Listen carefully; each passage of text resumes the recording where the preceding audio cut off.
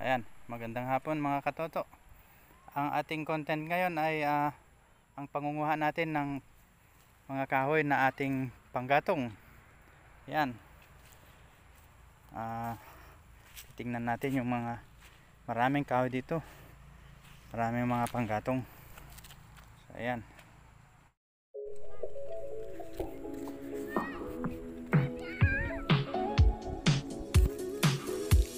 Ayan, ang daming kahoy.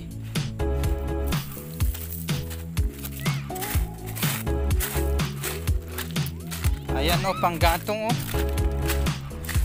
Oh. Ayan, ang dami o, panggatong o. Oh. Ganda ng dagat, sarap maligo. Ayan si ano. Ayan si Mrs. Kaway ka naman dyan. Kaway, kaway. Ayan. Oh, ang daming panggatong. Ayun, may mga bata oh. May mga bata. Kaway kayo dyan oh. Kaway kayo. Oh, mag-shoutout kayo, shoutout.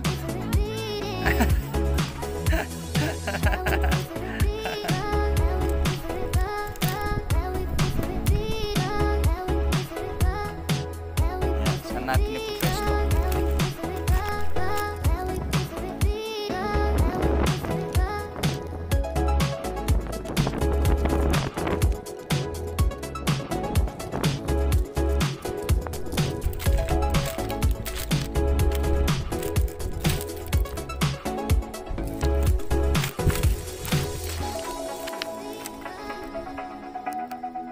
Yan.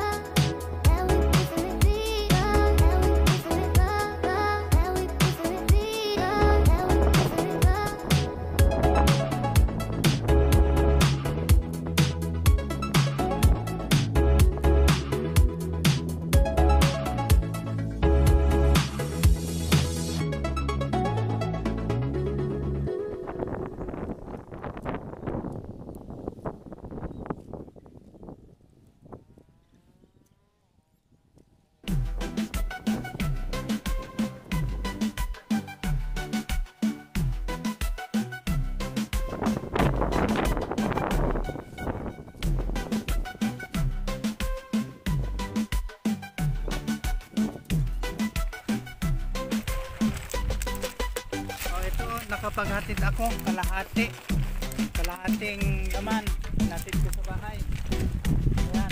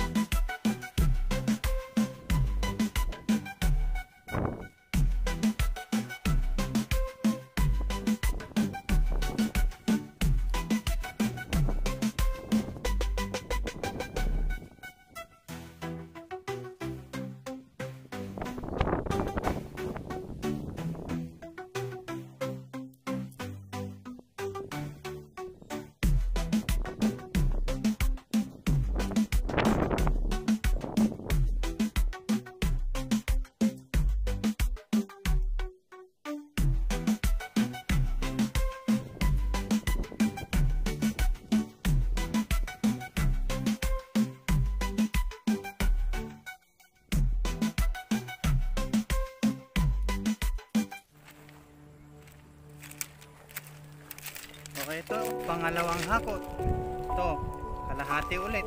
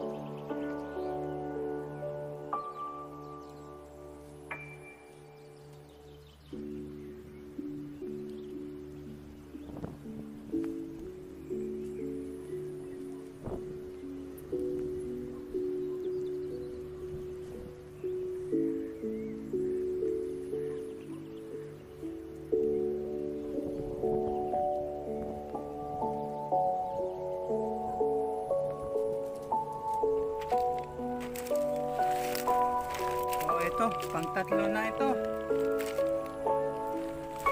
Isa pa. Ay, dalawa pa.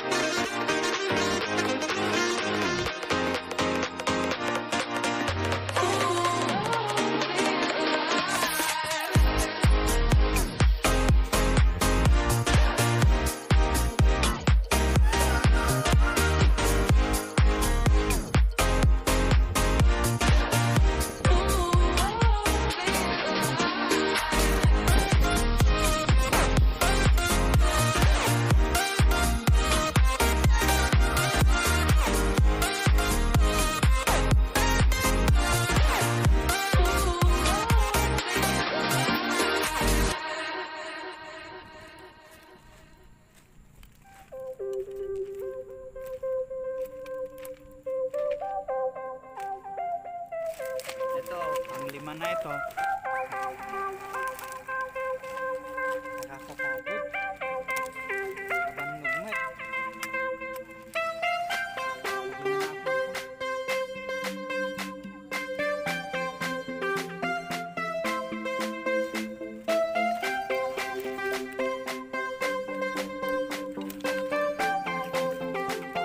Yan, hapon na. Ito ang tabing dagat ng Divilacan, Isabela. Kung saan tayo nandito, ito yung dulo ng boulevard. Meron kasing malaking daan dyan. Ang sabi nila, boulevard daw ang pangalan. At ito naman yung hindi pa natatapos na seawall. Ayan. Ang kabila niya, yung pinatayo nilang lighthouse naman. Parola. Pero wala pang ilaw. Lighthouse na walang ilaw. No? Ang klase. Ayan, kaya maraming kahoy dito. Ayan po ay naipon na anod. Kasi dyan sa kabila ng kabila niyan, may malaking ilog dyan, yung Divilacan River.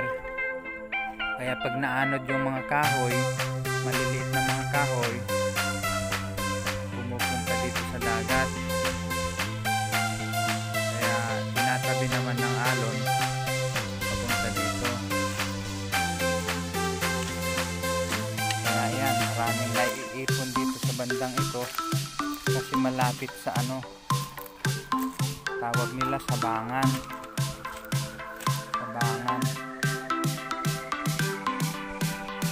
Sabang. Ayan, ang daming kahoy na maliliit.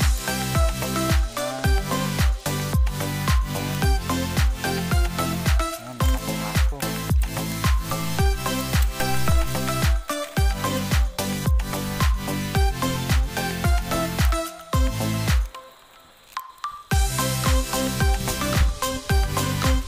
Bili tayo ng panggatong. Marami pa yan. Pag naipon, kalkalin lang yung bandang ilalim kasi yung mas mabigat na kahoy nasa bandang ilalim, yung mga magagaan nasa ibabaw. Kaya ganyan. Minsan natatabunan na tuloy ng mga bato.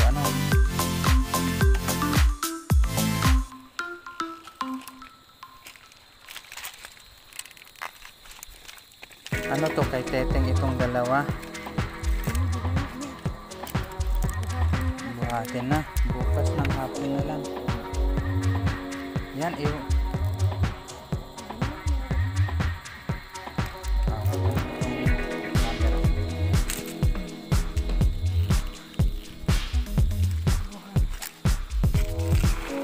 Hatid na naman guys. Kunti pa. Dagdag mo na lang garog yun oh. Wala ka baka mabigat.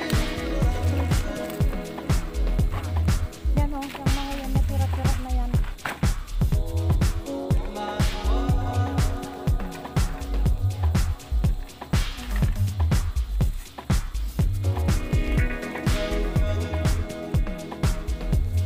Ang lantap ng dagat guys. Oh, walang alon-alon, parang ilog. Hindi maingay.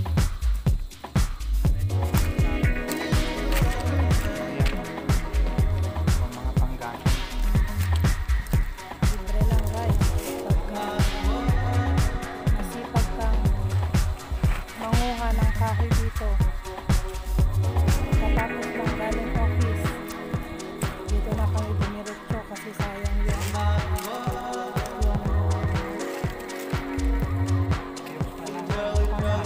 Tapos nabilad na. Kasi dito, pabigla-bigla pa rin yung panahon. Kung umulan, sayang yung bilad niya. Kaya sinasamantala. May kasama kami doon. Nag-office din guys. Matyaga siyang naghahalongkat ng panggatong niya. Kasama namin yan sa office. Nangunguha din ng panggatong.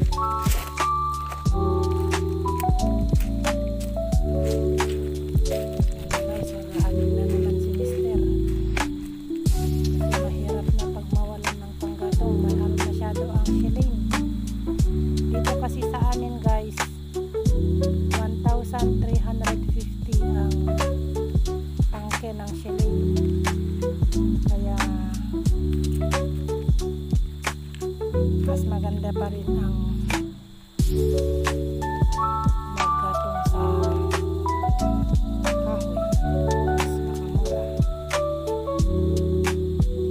Kaya yung shilling namin naaabot ng 5 to 6 months. Kasi pinapainitan lang yun ng mga pagkain ng tanghali. Ganun lang yun. Sobrang tipid guys dito sa amin sa paggamit ng gasol. Kaya tsaga-tsaga lang. Tsaga-tsaga lang na mag-ipon-ipon ng mga kahoy yan. Mga yan. Mga nakasako yan guys. Pero may-ari na ito. Yang kinukuhaan namin na yan guys, pinahingi nung kumpare namin kahapon. Yan. Hindi niya na ito mare. Kasi sa kanya lahat ito guys. Oh, masipag siya. Masipag siyang kahit dito kasi wala naman siyang trabaho. Kaya kahit anong oras, kakapag-ano siya.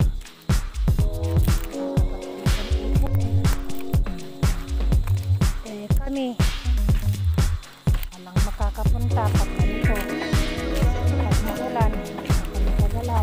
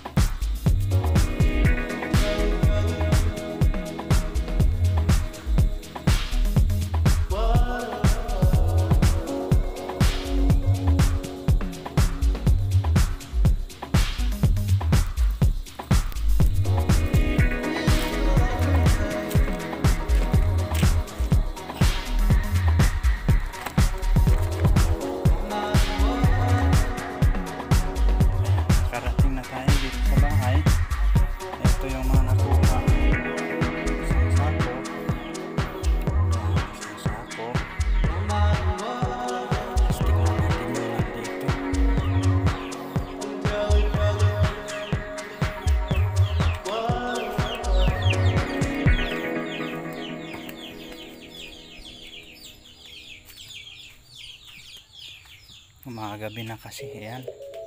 Ito. Yan nakuha ko kahapon yan. Tapos ito naman. Kahapon din yung iba. Tapos nadagdagan lang. Isang tambak na yan. So yan. Medyo matagal-tagal na gamitin na yan.